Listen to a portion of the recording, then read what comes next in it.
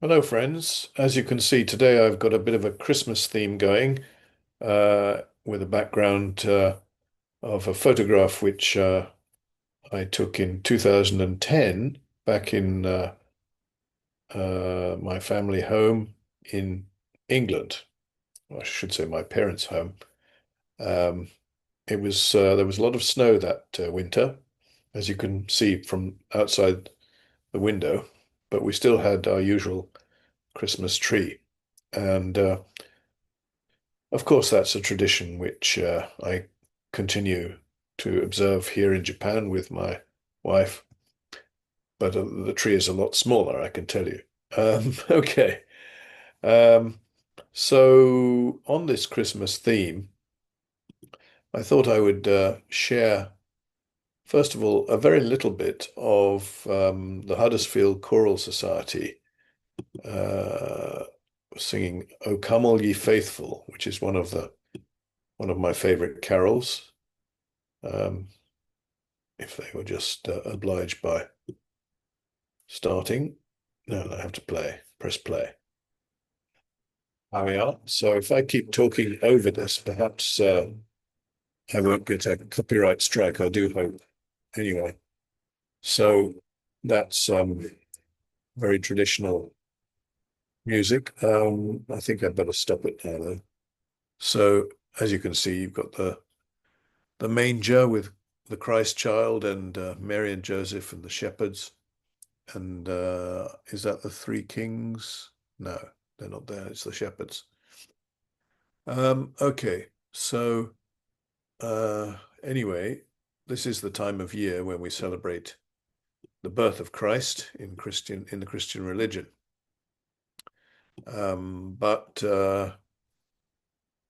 what I what I want to do today is read a chapter from Thomas LOCKLEY's wonderful book, A Gentleman from Japan, the untold story of an incredible journey from Asia to Queen Elizabeth's court. Now, I've already read parts of it uh, on YouTube, and or have I? No, I haven't. I've introduced it on YouTube. I haven't actually read any chapters. So today, this is chapter 31, Trimley. It's not very long, but it's about Christmas in 16th century England. Um, and it just struck me as a rather nice piece to read. And I got the permission of the author to read it. So off we go. Trimley. Thomas Cavendish was gladly gadding about London, but he knew that there was one visit he could not put off any longer. Without the support of the people of his ancestral estate at Trimley, in the southeastern county of Suffolk, none of his adventures could have taken place. Home beckoned. Cavendish decided to make his grand homecoming at Christmas, and although it cannot be said for certain, Christopher and his comrades probably accompanied him. Christopher being the Japanese man whose Japanese name we don't know, young man who died aged 25. They took ship from London in December, making the short voyage to the mouth of the River Orwell, just north of where the Thames estuary drains into the North Sea. Christopher's ship approached the modest cape called Landguard Point in another blizzard. His eyes met with a snow-encrusted land, rising gently from the sea and continuing more or less flat inland for as far as the eye could see. A jumble of tall, thick, bare-leaved winter woodlands and seasonally barren brown fields. They tacked and saw two wide rivers convulsing into one estuary mouth. Ruined fortifications were just visible on the cape. It was clear they would not be much use for guarding the land any more. The ship headed for the northern river mouth, where a well-wrapped party was waiting with horses. Despite the rain, they greeted their long-lost squire with lusty cheers as he was rowed ashore. There were more than a few sideward glances at Christopher and his famous colleagues. All knew their story, but none of the locals had ever met an Asian person before. The welcome party led their charges up the rough track to the Cavendish family seat of over 2 centuries, Grimston Hall, an unassuming old-fashioned manor house commanding excellent views of the estuary and land about. It seemed an unimposing home for the dashing, world-famous seafarer. A solid brick chimney stack stood at one end of the timber mainframe, which was filled with whitewashed wattle and daub and latticed lead-glazed windows. Numerous outhouses stretched off the main manor, and the whole complex was almost surrounded by what had once clearly been a moat, but was now a collection of ponds. That night the wintry waters would have been raided for the feast that celebrated Cavendish's homecoming and the Asian men's arrival. It was a relatively informal event in the great chamber, where great fire-blackened beams lent a timeless quality to smoke-yellowed walls and reed-strewn floors. The household sat down, and after speeches and toasts, brought out their own knives and spoons to dine on the pewter dishes. Being Advent, a strict fasting regime was in place. No meat, cheese, or eggs until Christmas Day. But fish and eels were perfectly acceptable, and the diners tucked in with gusto.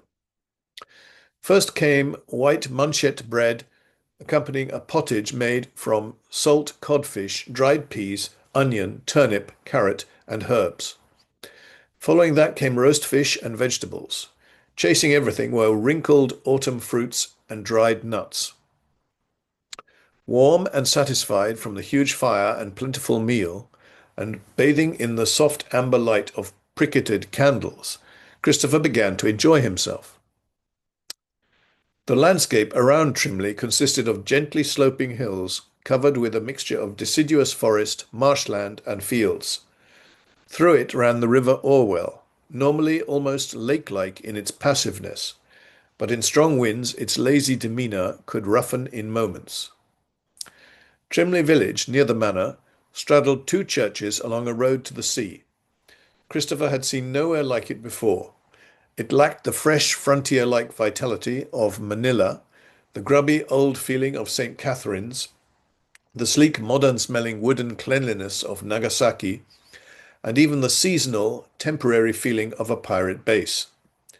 These old dwellings seemed rooted in the very ground in which they stood, as if they had grown, like the trees which surrounded them, slowly and organically from the earth. The better appointed homes, smaller versions of Grimston Hall, had neatly leaded windows of blown glass, exquisitely carved doorways, and brick chimney breasts. These homes burned a soft black stone called coal, which gave out an amazing heat along with a blood-like metallic odour. The chimneys, a wonderful concept that Christopher had not come across before, left the air inside clearer and the tang of smoke less pronounced. Japanese houses cooked with charcoal in irori hearths, and in Manila, cooking fires were located outside. Rather than smoke, the inside of houses smelled of the rushes that were strewn liberally about. It was an inoffensive, fresh, herby aroma mixed with dry, if dry was a smell. The straw-like softness felt comfortable after the hardwood or baked hard mud floors of his previous lives, but best not to think of what lay underneath. The constant presence of dogs probably gave a clue. Poorer dwellings were a very different matter. They could boast nothing more than window-like openings covered with oilcloth and small holes in the roof to allow cooking fire smoke to escape. The dampness of the kindling in this rainy climate meant that those who lived within dwelt in a constant fog. It was hard to breathe, and the odour of smoke and damp rot permeated the single-roomed hovels. Christopher had lived with the English for more than a year now, but certain things probably never ceased to amaze him. At first, he had assumed it was the logistical difficulties that prevented them washing while at sea. They certainly enjoyed shaving, shearing long wild hair, and splashing around on beaches during the stopovers in Capul and St. Helena. But now he found the English weren't that different from the Spanish, despite their frequent denials to the contrary. Like the Spanish, they never actually bathed their bodies if they could help it, and certainly not communally in hot water as in Japan. Instead, they rolled up their sleeves to wash their hands, faces, and teeth with cold water each morning, shifted their underwear once a week if they had a change, and combed their hair constantly. If the whole body required attention, a dry wash with a linen cloth seemed to be the preference. The English depended on the freshness of the water or cleanliness of the linen for cleaning. Peculiarly, the English didn't smell particularly bad. How and why this was remained a mystery to Christopher. Perhaps the rainy climate had a cleansing effect. Living with animals likely threw him at first. In Manila, animals lived outside, rooting and pecking around fenced compounds or in the streets. On board ship, they were kept in pens and cages. In Cavendish's London mansion, there were only dogs, cats, and rats, no beasts reared for meat, although pigs roamed the fetid alleys freely. But here in Trimley, in the middle of winter, the animals were a living heat source. Unbutchered pigs contributed their body warmth even as their salted brethren, slaughtered in November at Martinmas, hung as bacon from the eaves. Chickens and other fowl came and went as they pleased, nesting in with the people and pecking around outside, happily ignorant of their imminent Christmas fate. To step inside an estate worker's low-ceilinged cottage was to experience an assault on the senses. In addition to the smoke, the rancid yet surprisingly complex stench of pig sweat, urine, bird dung, and worse would knock you back. Christopher was told that in the summer Trimley was a world of bold blues and vivid yet gentle greens, pleasant breezes, long days, languid heat, and cool dips in the River Orwell. A soft sun warmed the young world, and people worked the fields with a spring in their step. But the winter countryside he found now around Trimley was colourless and fettered with cold and ice. The days lasted only a few short hours, and the sole sounds were the forlorn cries of water birds beating their wings lackadaisically in ashen skies. Christopher had never known such chill. It got inside him, and he felt as if he could never be warm again. His hands lost feeling, becoming stiff and clumsy. His legs were leaden and could only clump slowly around on the frozen ground. London had been bitter and the wind biting, but there had always been a building to be in, a fire blazing, and a mass of warm humanity hurrying through the streets. Here there was only a landscape devoid of people, a frozen river, icy marshes, snowbound forests, and bare fields. But soon it was Christmas. Relative sloth was replaced by frantic activity, games, singing, and tomfoolery. Christmas Eve saw the manor decorated green, red, and white, with holly, ivy, mistletoe, box, laurel, yew, candles, and a huge Yule log which had been dragged in from the forest to burn merrily in the great chamber's hearth for the full 12 days of the winter festival. On Christmas Day itself, after the first service of worship, the feast was served.